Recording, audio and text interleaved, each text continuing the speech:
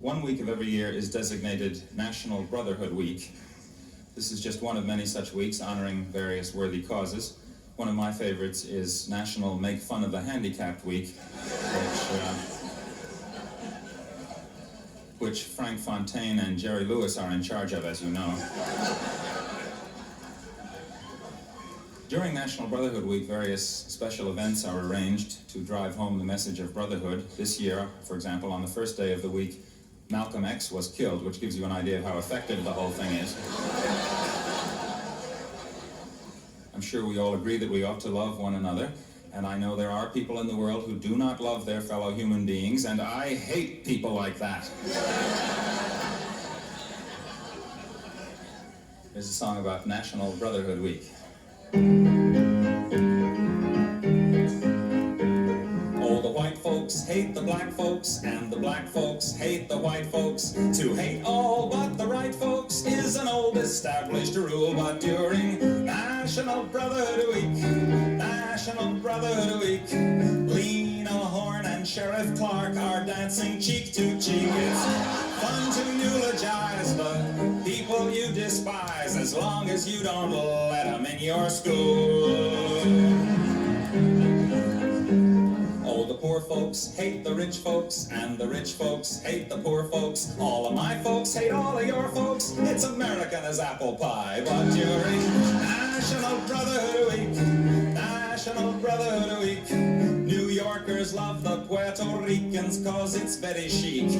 Step up and shake the hand of someone you can't stand. You can tolerate him if you try.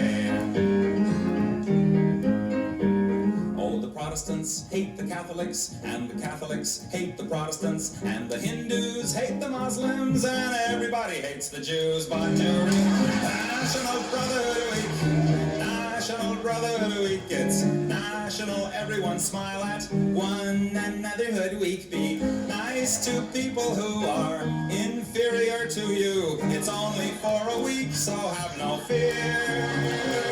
Be grateful that it doesn't last all year.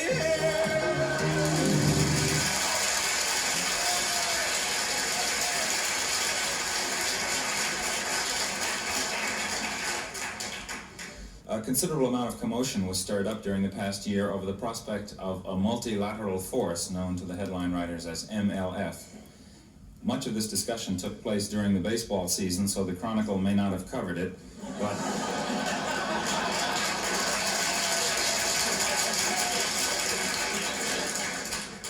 it did get a certain amount of publicity, and the basic idea was that a bunch of us nations, the good guys, would get together on a joint nuclear deterrent force, including our current friends, like France, and our traditional friends, like Germany. Here's a song about that called the MLF Lullaby. Sleep, baby, sleep, in peace may you slumber. No danger lurks, your sleep to encumber. We've got the missiles, peace to determine, and one of the fingers on the button will be German. Why shouldn't they have nuclear warheads? England says no, but they all are soreheads. I say a bygone should be a bygone. Let's make peace the way we did in Stanleyville and Saigon. Once all the Germans were warlike and mean, but that couldn't happen again. We taught them a lesson in 1918, and they've hardly bothered us since then. So sleep well, my darling, the Sandman can linger. We know our buddies won't give us the finger. Heil, hail, the Wehrmacht, I mean the Bundeswehr. Hail to our loyal ally. Will scare Brezhnev. I hope he is half as scared as I.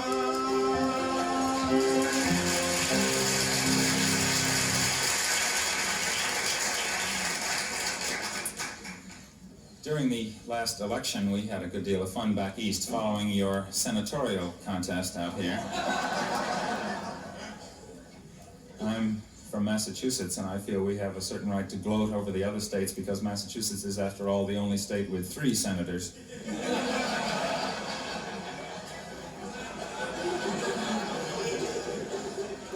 Anyway, here's a salute to your new junior senator.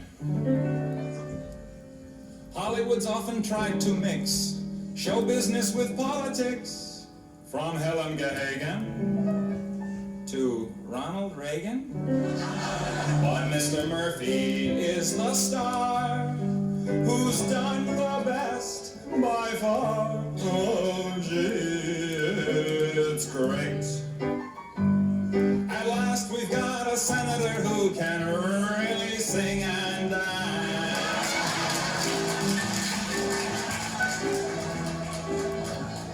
We can't expect America to win against its foes with no one in the Senate who can really tap his toes. The movies that you've seen on your television screen show his legislative talents at a glance. Should Americans pick crops? George says no, 'cause no one but a Mexican would stoop so low. And after all, even in Egypt, the pharaohs had to import Hebrew braceros. Think of all the musicals we have in store. Imagine Broadway Melody of 1984. Yes, now that he's a senator, he's really got the chance to give the public a song and dance.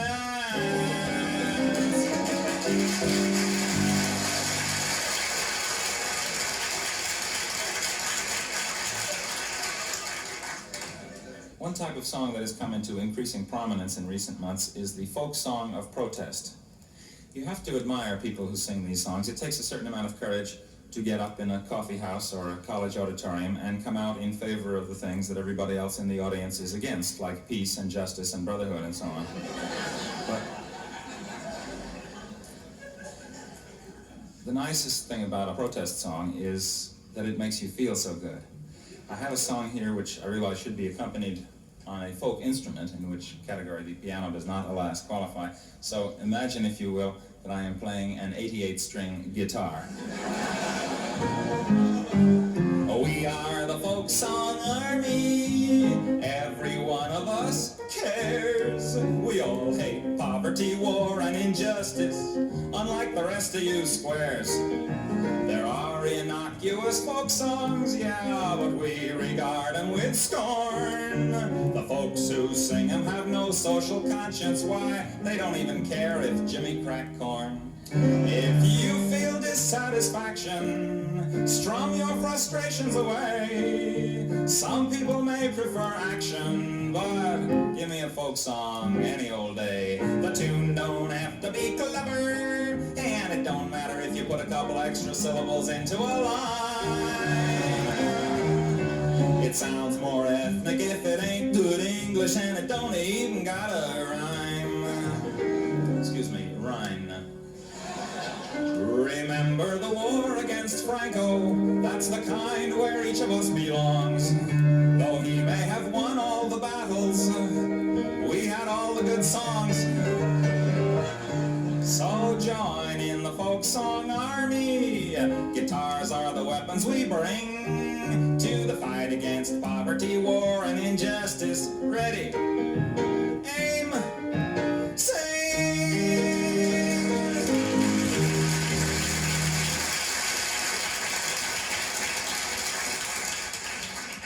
I do have a cause, though. It is obscenity. I'm for it. Thank you.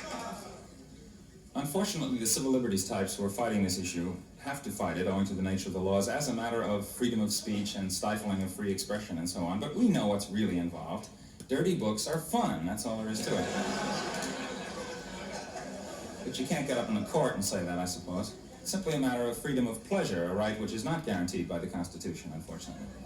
Anyway, since people seem to be marching for their causes these days, I have here a march for mine. It's called Smut. Give me smut and nothing but a dirty novel I can't shut if it's uncut and unsubtle. I've never quibbled. If it was ribbled, I would devour where others merely nibbled. As the judge remarked the day that he acquitted my Aunt Hortense, to be smut it must be utterly without redeeming social importance. For the graphic pictures I adore, indecent magazines galore, I like them more if they're hardcore. Bring on the obscene movies, murals, postcards, neckties, samplers, stained glass windows, tattoos, anything. More, I'm still not satisfied. Stories of tortures used by debauchers, lurid, licentious, and vile, make me smile. Novels that pander to my taste for candor give me a pleasure sublime. Let's face it, I love slime. All books can be indecent books, though recent books are bolder, for filth, I'm glad to say, is in the mind of the beholder. When correctly viewed, everything is lewd. I could tell you things about Peter Pan and the Wizard of Oz. There's a dirty old man.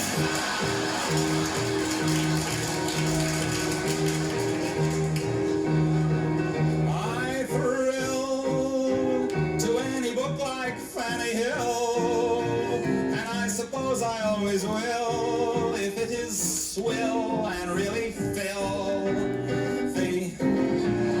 Who needs a hobby like tennis or philately?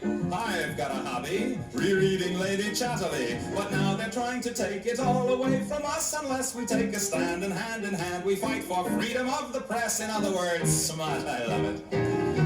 The adventures of a slut.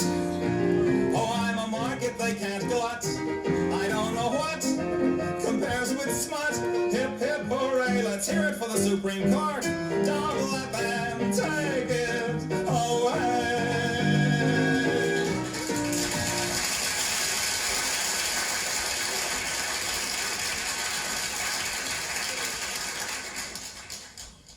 What with President Johnson practicing escalatio on the Vietnamese, and then the Dominican crisis on top of that, it has been a nervous year, and people have begun to feel like a Christian Scientist with appendicitis.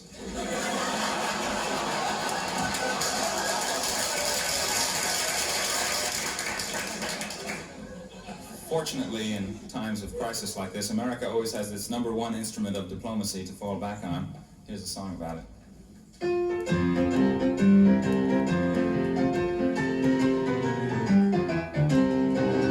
When someone makes a move of which we don't approve, who is it that always intervenes? UN and OAS, they have their place, I guess. But first, send the Marines. We'll send them all we've got. John Wayne and Randolph Scott. Remember those exciting fighting scenes? To the shores of Tripoli, but not to Mississippi. What do? We send the Marines. For might makes right.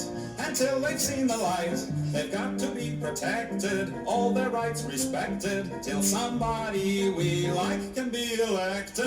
Members of the Corps all hate the thought of war. They'd rather kill them off by peaceful means. Stop calling it aggression. Ooh, we hate that expression. We only want the world to know that we support the status quo. They love us everywhere we go, so when in doubt, send the Marines.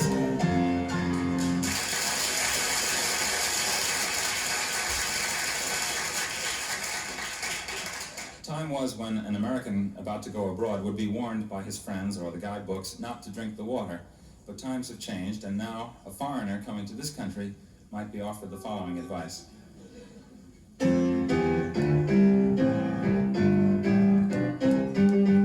If you visit American City, you will find it very pretty. Just two things of which you must beware. Don't drink the water and don't breathe the air. Pollution, pollution, they got smog and sewage and mud. Turn your tap and get hot and cold running crud. See the halibuts and the sturgeons being wiped out by detergents. Fish gotta swim and birds gotta fly, but they don't last long if they try. Pollution, pollution, you can use the latest toothpaste and then rinse your mouth with industrial waste.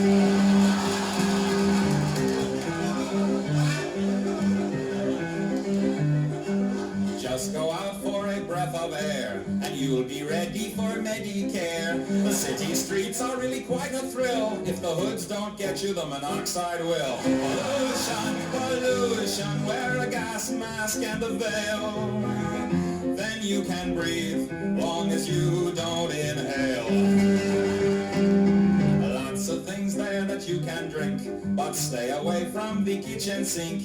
The breakfast garbage that you throw into the bay, they drink at lunch in San Jose. So go to the city, see the crazy people there.